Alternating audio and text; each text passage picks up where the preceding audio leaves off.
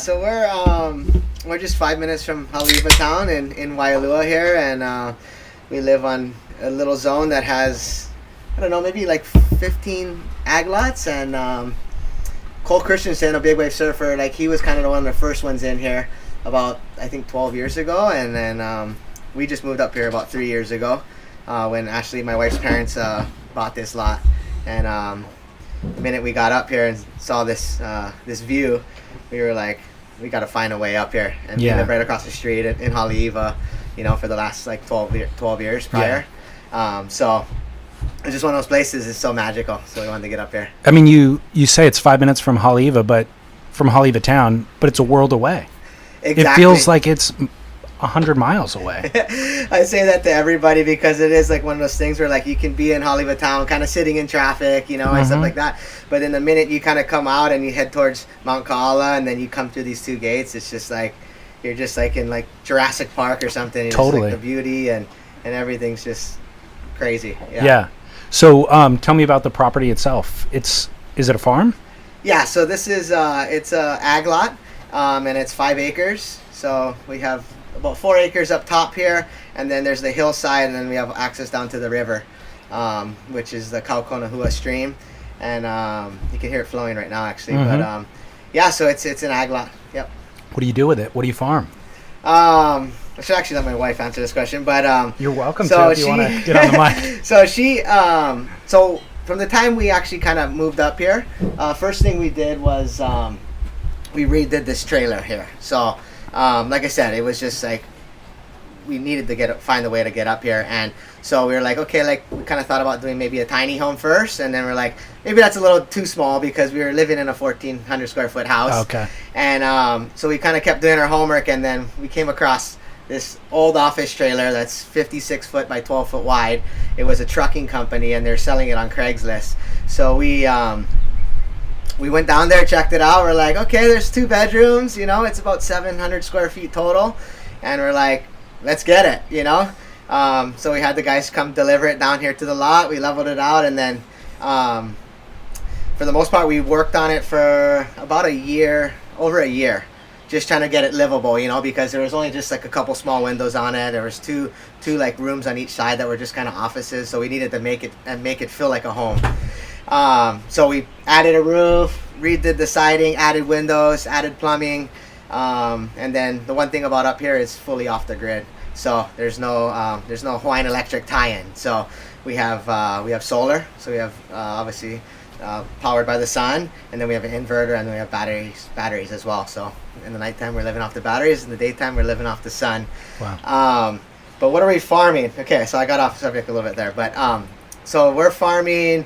Right now, we kind of started with our garden. It's about 3,000 square feet, and we're doing all sorts of veggies. We've done numerous things over the last year and a half, but tomatoes have done well, kale, collard greens, like spring mix, the lettuce. What else do we do?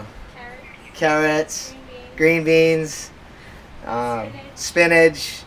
So that's all going, and I'll show you guys that in a second.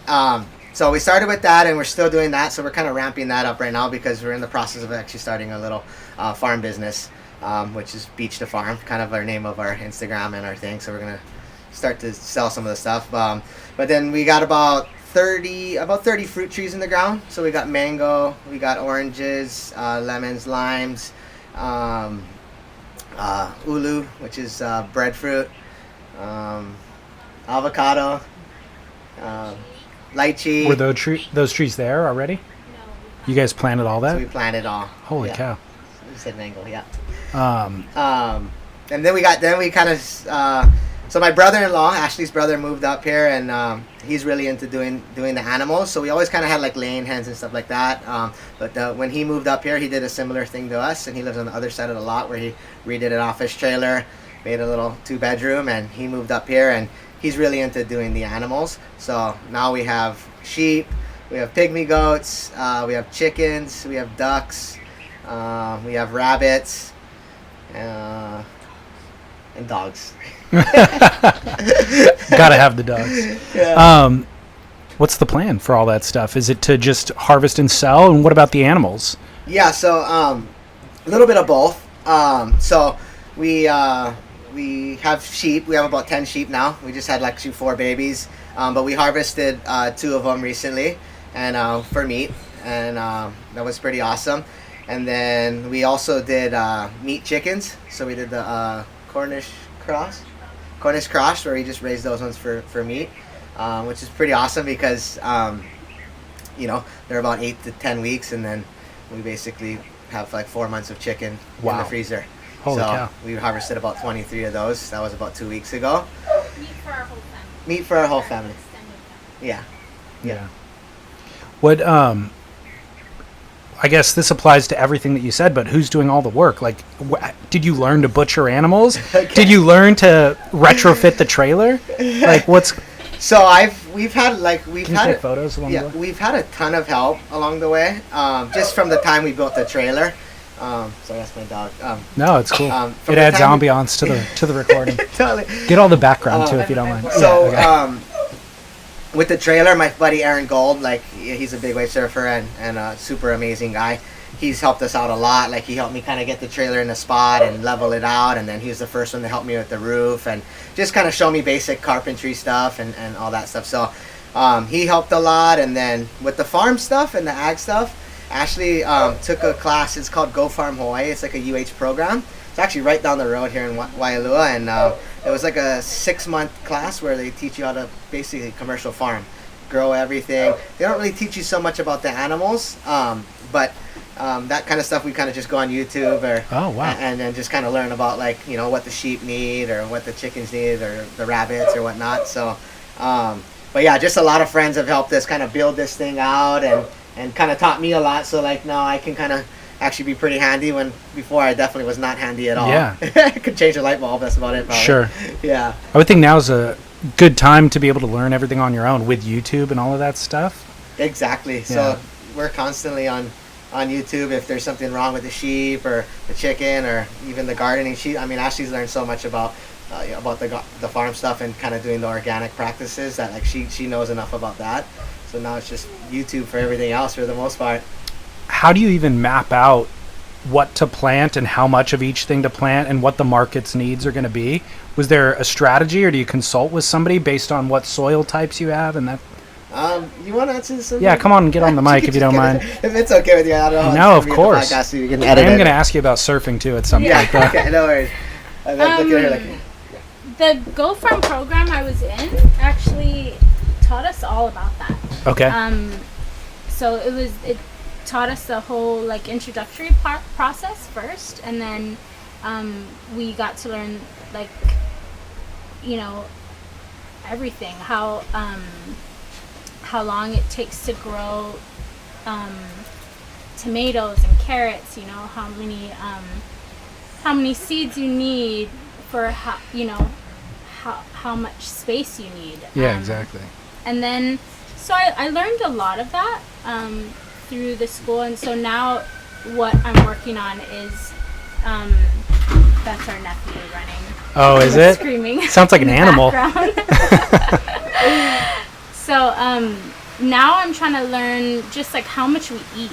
I tried to forecast like how much I thought we ate, but now it's like how to have an endless supply of carrots. Okay. Our kids eat tons of carrots, so how to not run out of that. And then, when we first began, it was just to feed our family. Us, my brother's family, my sister's family, my parents. But now it's kind of turned into, we really love to get a business up and running and selling our produce and maybe even our meat and our eggs, because a lot of people are really interested and they want to buy from us. They want to buy from local producers. So that sparked a big interest in like selling and maybe even doing tours, just so people that are interested can really see more like what it entails and and maybe get more people interested in what we're doing. Are you going to do cheeses? I would love to do cheeses, but I haven't gotten that far yet. Yeah, it's a bit more machinery and processing and everything. Yeah, I think so. We'll get there one day. We've got, I mean, we didn't really, people are saying that we should milk our sheep and do cheese from them. Right. But we haven't gotten there yet. Yeah. We got the fruits and the veggies and the meat, the eggs. Joel wants to do bees. Oh, yeah. Yeah. Totally. I'm not super into bees, but I love them. What's the name of that documentary we watched, Lauren? Little Biggest? Yes. Little Biggest Farm? Biggest Little Farm. Biggest Little Farm, yeah. That's So the best. along those lines, what are the challenges that you've run into? What are the biggest hurdles that you guys have hit? Well, I'd say with the veggies was probably like the pest and stuff, and Farming know, organically. yeah. Is yeah, farming organically, and we don't want to use pesticides or different things to kill things, so you got to figure out the green way of doing it. And like I said, her class was they taught her how to do the organic practice. So, and her teacher actually lives like right down the street, and he's doing like a big avocado farm, and he's right here, but so he can always help us. But he's taught her a lot of how to handle most of them. But I would say like different things like zucchini. Like I didn't learn how to grow zucchini at school, so that was something that we wanted to try because we love zucchini. Well, there's a lot of pests on our property that love to eat the zucchini. So I planted 100 feet of zucchini, and I didn't even get to harvest one. Oh my like, gosh! Every time there was one like ripe enough, or not even ripe enough, the bugs would get it. So I would say, things like that, things we didn't grow before or didn't do, like there's a learning curve for sure. And actually I would say what's been hard too is the rabbits. Mm-hmm. So we're farming rabbits for meat, and people think that that's a little bit crazy, but it's actually super delicious. Like we didn't taste rabbit meat until we had our own. Oh wow! And we kind of, we read a lot about it and heard it was, it was really good for you. So we thought we'd give it a try. I grew up with a pet rabbit, so that was a little bit hard for me, but I think the way we're doing it, I think we're getting a little bit used to it.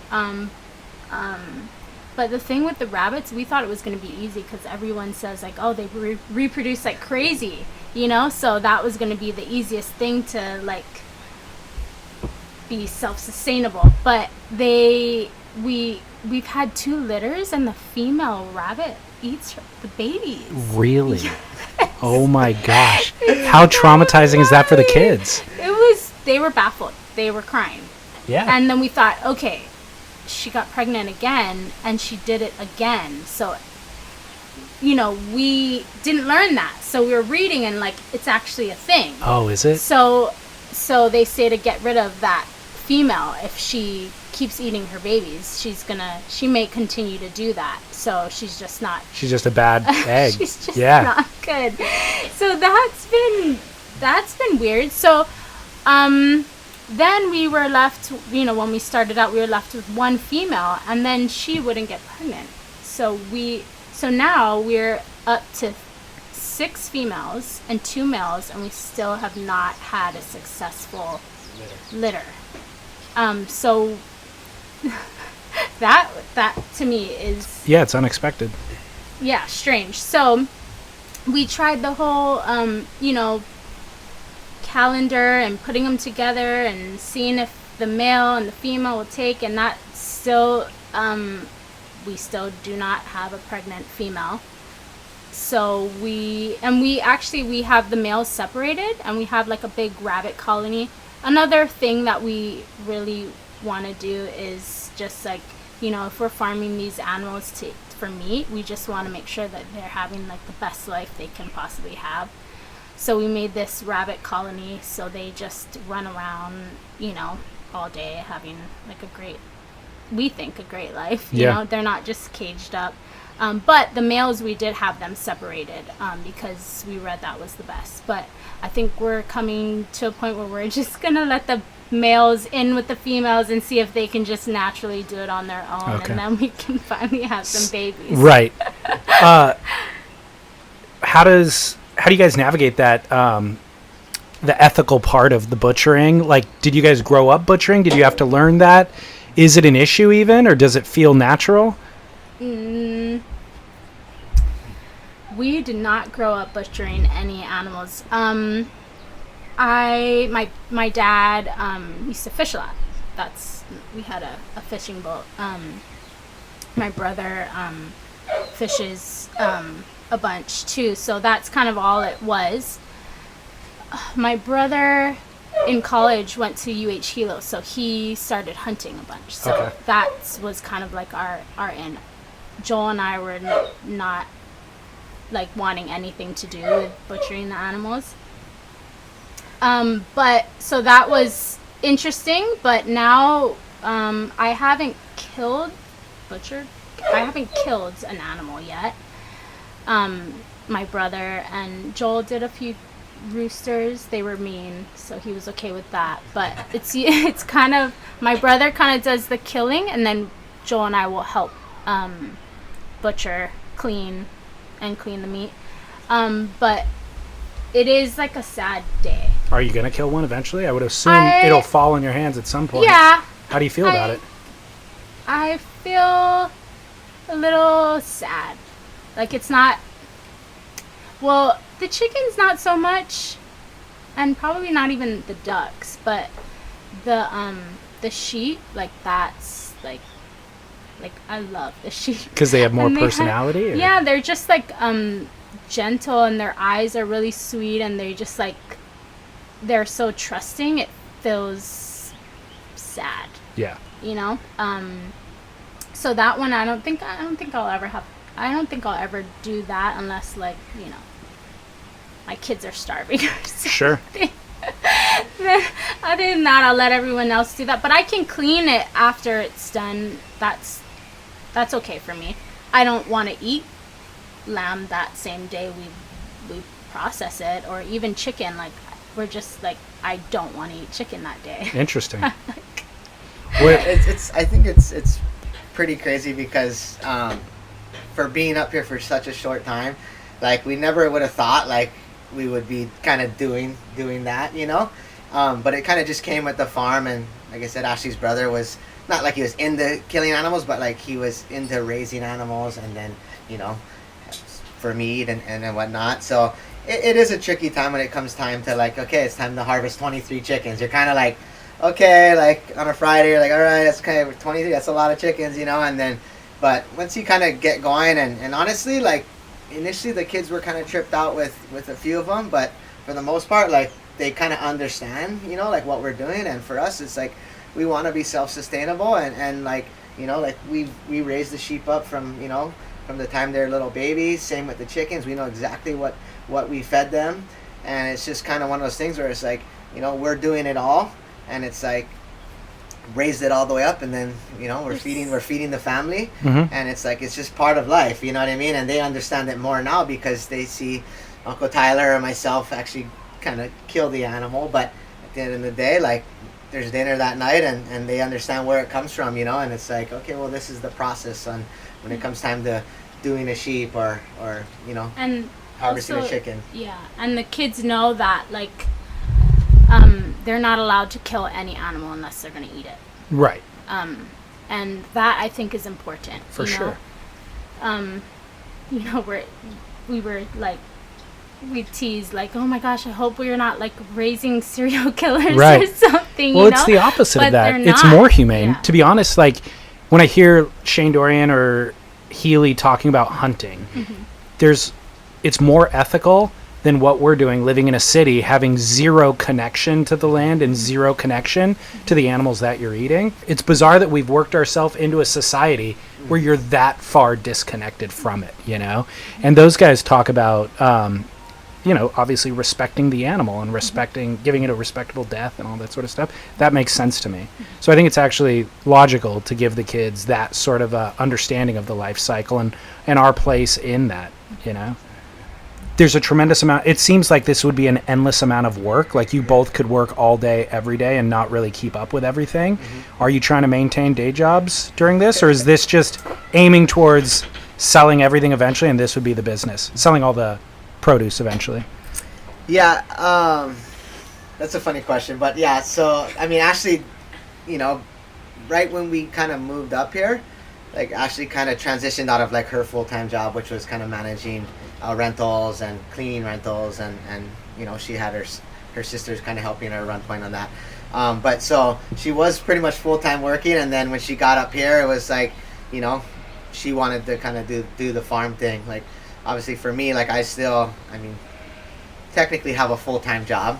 Like I work for Hurley, I do sales, marketing, and then also the team managing. But obviously like we got pretty laid back schedules for the most part with that, so it gives us enough time to kind of work on the farm and do different things. But like for the most part, like she's constantly out there like working the garden, like pretty much day in and day out. Right. And then her whole family comes up. She has her sister, her 3 daughters. My brother-in-law has two sons. Mom and dad come down, and it's like on Sundays we kind of get after the farm, and whether it's like fixing a fence or fixing a water line or doing water lines or working in the garden, like everybody kind of works together and does it, so it is very time consuming, but for us, like it was a long process just trying to get up here, like just working and getting up here, because we're like living in Haleiwa, half and like, oh, let's maybe go to the farm today and go work on the trailer, and then so it took a while, but once we got up here, we were able to really like get after what we needed to, just like get the trailer done, and then like 5 acres with like what we call California grass or guinea grass. Like the guinea grass gets like 6 foot tall, like one rain, like and it rains every night here, like it grows like a few inches. So it's just like getting the property to actually like look like how it is like around our zone, like is like a lot of man hours, like on a machine or like digging with a pick, and then so it's just it's pretty much endless work. Well, in addition to just maintaining the things that you said, you're building a pool, you're building there's lumber basically everywhere around the property, so you're building stairs here. So yeah, you're also building it out. Talking about your work with Hurley, I want to talk about conversation that comes up on the podcast a lot is pro surfers transitioning out of pro surfing into a life beyond that. Number one, when did you decide that your kind of competitive pro surf career had come to an end? What did that look like for you? Well, a lot of people don't accept it. Exactly. You know what I mean, is what I'm saying? Yeah, and they just hang on. Yeah, and a lot of surfers, wait too long. Totally. To like decide to move on or figure out what the next step is job-wise. For me, I was actually super blessed because when I kind of stopped being a full-time pro, I actually got better. Meaning, like, I actually started winning. Like, I won Haleiwa, like, got second place the following year. I started doing really, really well on the North Shore while I was actually working, So Pat O'Connell came to me probably 10 years ago. And it was kind of one of those transition periods at Hurley where we had to, like, let go of a few people. And I actually thought I was going to lose my job. It was like 2007. It was kind of right around that, like, recession time and the market failure. And, Pat, I heard so that you were riding for Hurley, traveling, surfing, doing the full-on QS and being the pro surfer thing, yeah. And then Pat called me, and I thought it was literally a call that I was going to get probably let go. And he just said, I remember the conversation because I was like, we had just moved into our brand new house down in Haleiwa. And then I was just thinking, wow, like we just got here and like literally I'm like not going to be surfing anymore or going to get let go and not be able to pay this mortgage. And I just remember him saying, I just said, hey, like, is this the call? Because there was like a little kind of silent moment at the beginning of the conversation. And I said, hey, Pat, me and Pat are really close and go way back.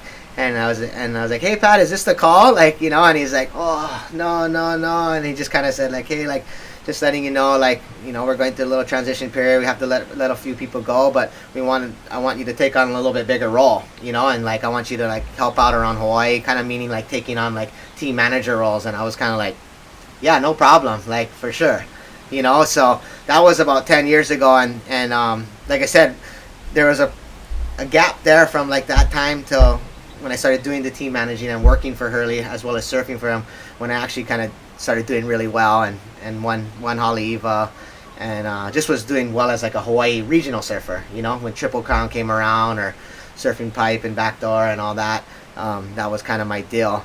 It wasn't until 6 years ago in 2014 when I actually got kind of like a full-time role with Hurley as far as the work. And that's when it kind of like the surfing thing slowly kind of stopped right then, where I stopped competing totally, but I was like kind of more taking on a full-time role where I was doing sales for Hurley here in Hawaii, and then marketing events, and kind of wearing a couple hats. Yeah. Why do you think that your surfing improved once you relinquished the career? I think it was one of those things where I think just a little less pressure, you know, like I think for me, like when I was 17, 18 years old, like, you know, Bob had kind of sponsored me, and I started riding from Hurley right away, and it was just like from the get-go was straight onto the WQS, you know, and it's just like just a grind, and you're basically coming out of like amateur competitions and then going straight in and competing against men and QS, and you know, I think it just kind of turned into just like a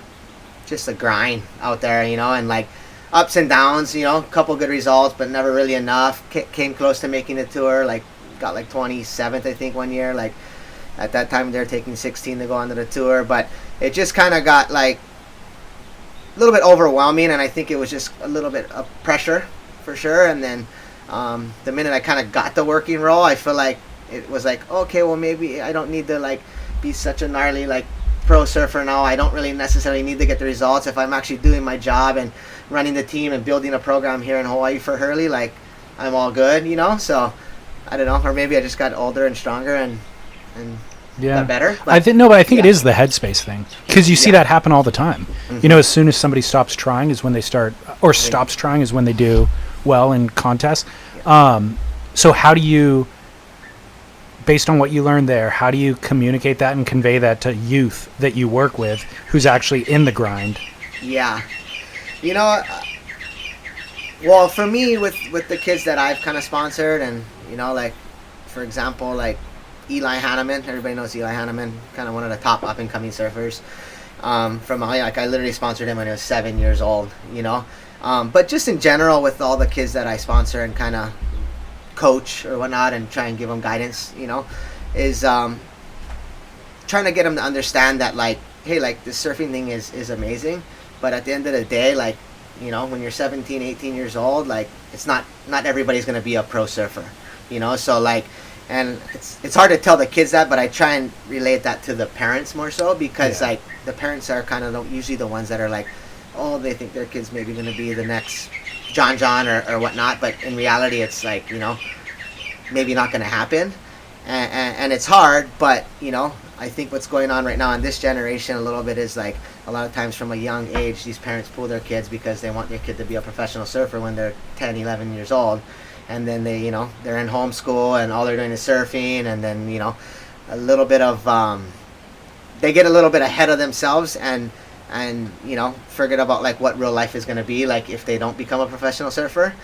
And so it's just it's a tough one, you know. I would think that's the toughest part of the job, to be honest. Yeah, exactly. And just trying to get them ready for what life is after surfing, you know. And that's my biggest thing, you know, with a lot of the kids that I do raise up, is just kind of helping them to just be good humans for one, you know, and obviously help them to get better at surfing as well too, and teach them what I know, just, you know, growing up and doing the QSs and coming through the amateur rankings, through the pro rankings, and competing in Triple Crown, you know, and teaching them my knowledge of like all the spots around the North Shore and stuff like that.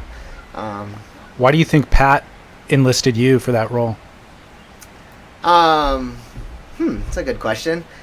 I think, I don't know. I think it was just one of those things when, as I was kind of raised up and came up, like everybody always looked at me as like, smiley, happy guy, and like, and always thought of me like, oh, you're gonna be like a Hurley lifer, you know what I mean? And I think he just saw value in my approach and in life and as a surfer, and he felt like, like if we kind of snagged Joel to be like our team manager, like he could build this program in Hawaii and make it special.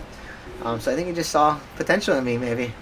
I remember when it happened, and I thought it was a good fit. Mm-hmm. I was like, oh yeah, he represents Aloha, and like obviously has done his time on tour and understands the competitive side of it. What was your plan for that program in terms of like which athletes? Why? I mean, Eli Hanneman's an obvious pick. Yeah. Anybody would sponsor that kid, but what was your overall? I think at that time, obviously budgets were a lot looser, and so you could kind of have a free surf guy or multiple free surfs guy, one free surf guy on Maui, Kai Barger or whoever it was at the time, and then you got the contest guys. But what was your strategy at the time? Well, it was one of those. It was a time when we, like you said, we had the freedom, money wise, and obviously those Nike days were just the good old days. But we just, for the most part, like it was just about. Not to say like I mean I could see talent, but like there's something I saw with Eli. There's something I saw with Baron Mamiya. Baron was one that I sponsored when he was 11 years old, and there was just like he had something special about him. I mean, just in waves of consequence at backdoor, like he was getting 6 foot crazy backdoor waves when he was like 12 years old.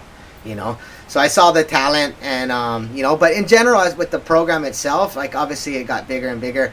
Later, as when we kind of took on bigger athletes. I think what year was that? That was when Julian and Carissa and Michelle and all those guys came over from Nike. That like it was just a time when like Hurley was the brand, and we were able to kind of add whoever we wanted to, and like at that point, like most people didn't know that, but we were just on the verge of actually signing John, which was kind of huge for our program at the time, because like we kind of never really had the marquee name. Yeah, we had like Rob Machado, but then all at once we ended up getting all the Nike athletes, because Nike's like, we're going to push out of like the surf thing, we're going to put it all in the Hurley, and then so we ended up with signing John, and then like getting Julian and Toledo and all these guys. So it was just kind of a crazy time. But just to go back to like with the Hawaii guys, it was just kind of looking for people like Koa Smith or Kai Barger, like you said, like just obviously great competitors, but just great surfers, kind of cool vibes to what they're about. Their personalities are pretty insane, and I feel like we have like, well, it's interesting because the program's changing just a little bit right now. Well, that's my next line of questioning too, but yeah, go ahead. But it's just changing a little bit. But we were able to have different niches, like Koa Smith, just a unreal guy who can go to Namibia and get a 40-second barrel, but like you can put him on a webcast and he'll just make you laugh all day or whatnot. And then also having the John Florence, who's just like the best surfer in the world. You know what I mean? Obviously, like for us here in Hawaii, like, and being somebody that like, represents Hurley Hawaii on the work as the workforce, as sales and marketing, like having John, having Carissa, like it's easy for me to do my job, But I think it just kind of clicked just because the Nike thing, and then just. I don't know where to get those guys. Well, my next question is it even equitable to have team riders, period? But that many, first of all, and it seems to me like we're going to find out the answer to that question with this, Hurley being sold off to Blue Star. But even Rip Curl, it was just today, I think, in the news, Alana's off Rip Curl, Maddie Wilkinson got dropped. We're seeing it everywhere throughout the industry. And I'm wondering if that was a 10 and 20 year test that we ran, an experiment, where I could see almost in a sense where Nike for basketball has marquee players. Yeah. LeBron, Jordan, and those guys make millions of dollars. Everybody else just gets paid a salary basically from the NBA. I wonder if that's kind of a new model moving forward, where you'll still have your Johns and your Carissas, but we don't need 20 guys making 100 to 200K a year. Yeah. We got guys traveling the world tour. They're making contest earnings. Maybe they have a little bit of sponsorship, and then 2 or 3 of them that are in the top 10 make millions of dollars. Yep. But I'm wondering how equitable is it for the brand at this point to pay that many people for marketing? What are your thoughts? Yeah, that's a tough question, but at the end of the day, like, I think what's going on in our industry is, obviously everybody knows Rip Curl was recently sold, and then obviously Nike sold Hurley. I think at the end of the day we're all owned by corporate companies, and Nike was really awesome because they allowed Hurley to kind of do what they needed to do, have the best surf team, and then also probably foot the bill. You know what I mean? Obviously, what's kind of going on right now with Nike selling Hurley to Blue Star is like, I understand where these guys are coming from. Am I stoked on what's going on? And like 30 athletes get let go January 2nd? Not really. I don't agree with it. But at the end of the day, like, I understand, like, for the Blue Star guys, they're coming in and they're looking at it and like, okay, well, you guys do this amount of business, you guys have this amount of athletes and spend this much on marketing. It probably doesn't compare to what sales are. So they come in and they're just looking at numbers and the bottom line, and they made cuts based on what was. I think they have an equation for how they run every other business in their portfolio, and they're putting Hurley into that equation. They go, this is the way the math works. Yeah. Doesn't matter if you and I have a culture, of surfing that we want to like fund. Yep. They don't care. Yeah. So that, but the question kind of remains is, are we going to have sponsored surfers in 5 years from now, in 10 years from now? Like, does that model make sense for brands, or does it only make sense for small brands? Yeah, I think it makes total sense. I think what happened probably the last 5 years is it got super top heavy. So anybody that was on tour was making a lot of money. 6 figures easy, some up to over $1 million. You know what I mean? And I think that's the problem a little bit, because let's be real, like, these companies, it's not like they're not making money, they're not profitable. It's like they're just spending probably too much money on it.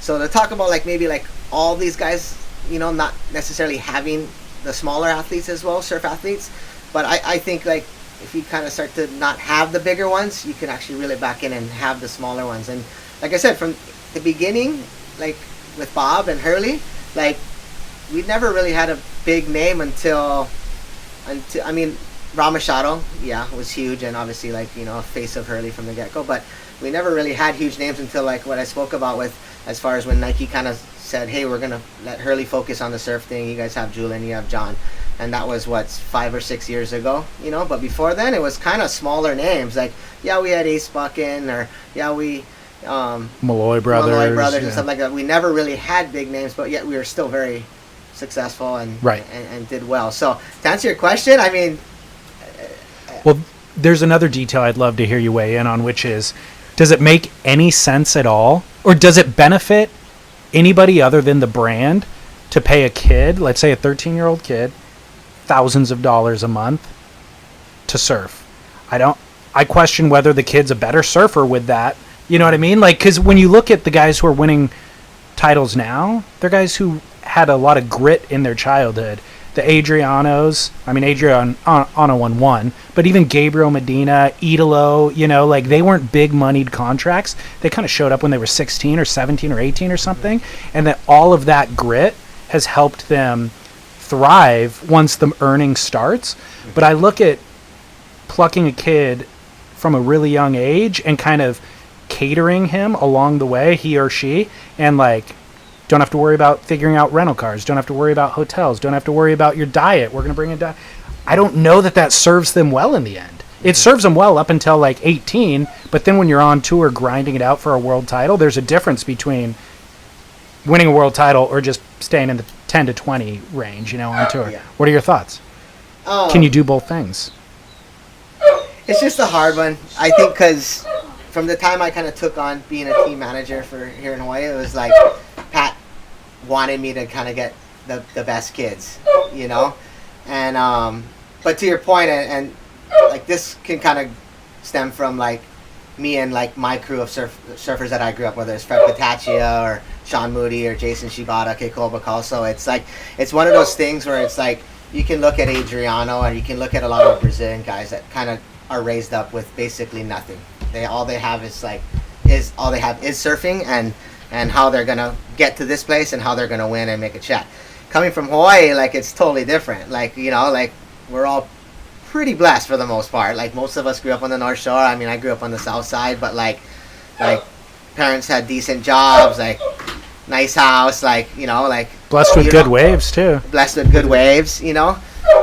But I definitely question that, like, as you kind of move forward and become a pro surfer, and you're like kind of traveling to places that you're like, oh, I don't necessarily want to be here, or like, I'm not really stoked to be here. I'm not really happy to be going on a plane to Brazil right now to go compete in a 5-star, and it's going to take me a day and a half to get to, and then you get there and the waves are knee high. You're just kind of like, what am I doing? Like, you know, and whereas like that Brazilian kid that kind of came up with nothing is super hungry, you know. And I actually use that a lot with a lot of the kids, whether it's Barron or like a lot of the up and coming kids from Hawaii. I said, hey, like, you guys need to be extremely hungry if you want to make this happen, you know. So I try and drive in the grittiness, because I say, hey, like, look at like the Brazilian Storm now. Look at these up and coming kids. They're extremely hungry. Like, I don't care like if you're amazing at pipeline, you know, but if you want to go and make it to the highest level and be on the world tour and win titles, then like you're gonna have to get like pretty hungry, like an Italo or like a Gabriel, yeah. You know. So, but it's a tricky one, because, you know, why the brands, especially here in the U.S., want these kids is because, you know, Eli Hanneman could be their next John. Yeah, of course. You know, and that's why we invest in them at an early age. You know what I mean?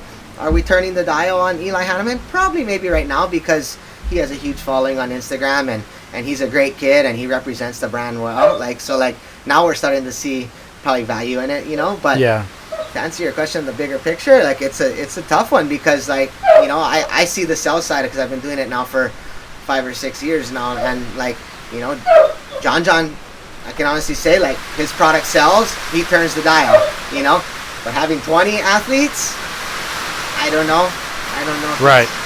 But a lot of companies are paying for the 20 athletes, hoping one of them becomes the John, obviously. Shoot. It's loud. We got a little rained out here and caught up on our beer intake.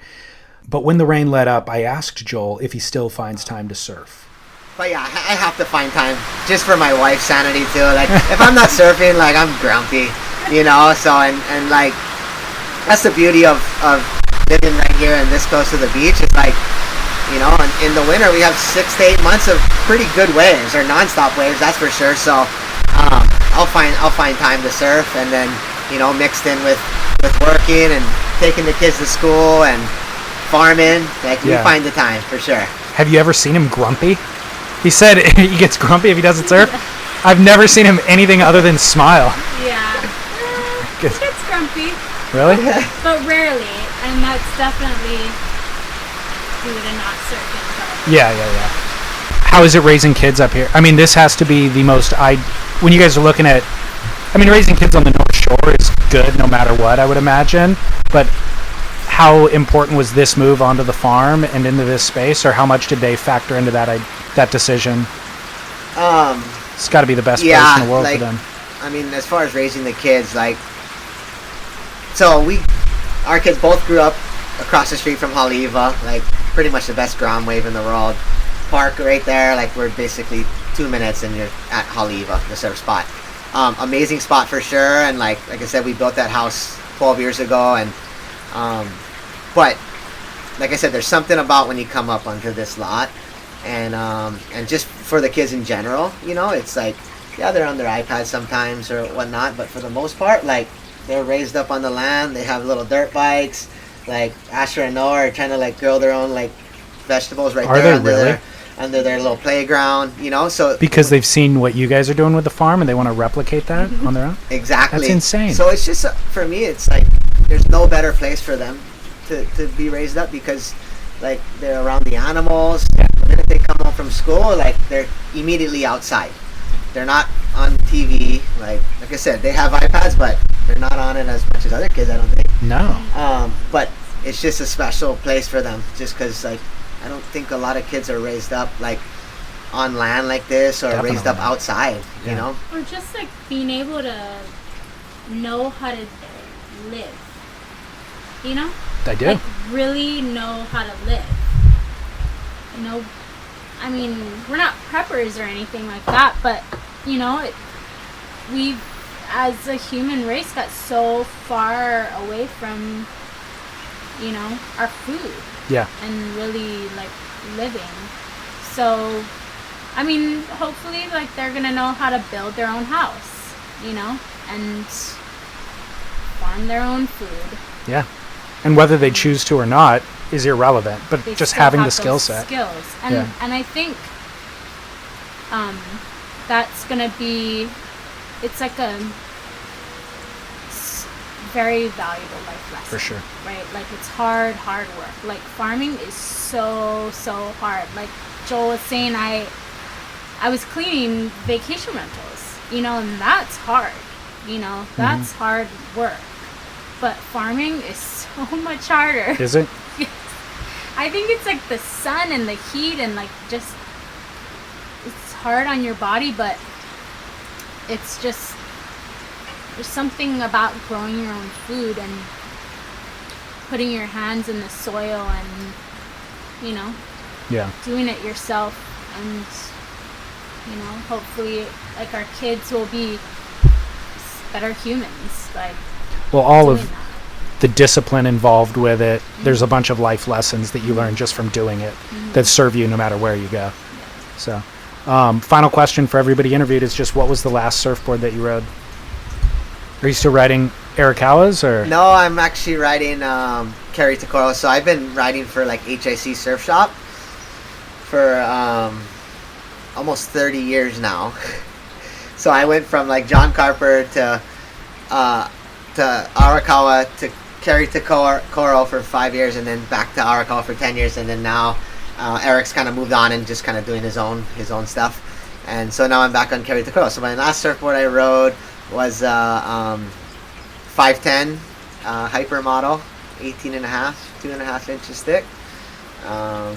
Just go to the little secret spot down the road. When?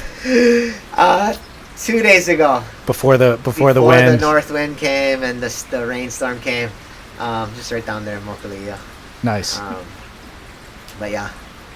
Awesome. So it starts to rain again. So Well- now we gotta worry about the power now, guys. No, I'm just kidding. Oh. It's good. Today was a nice sunny day. Our system is fully recharged. Okay, good. We're all good. But this morning, we Those had are the no things you coffee, have so to that's worry kinda about. bummer. Yeah. Do you have a generator just in case? The backup? Yeah, so I do have a generator, and it actually powers the whole zone. But that thing died about 2 weeks ago, and I don't know how long you guys been here. A week? A week. Okay, Yeah. so you guys missed. So the first 2 weeks of January was super rainy and super windy, and we had no generator and there was no sun. So Oh my gosh. our zone was dead a lot. Roughing it. So we were kind of roughing it, but then the last week or two has been really sunny, and it's like, and then we recently upgraded the system now, so we have 18 solar panels on the roof. Nice. And we got 3 batteries. So now we're like actually pretty good now. Awesome. And my generator's about to get fixed, so now that'll be a generator's backup. So Good. once that thing's on, we'll be all good. Well, thank you for allowing us out on the property. No This is worries. insane. Appreciate it.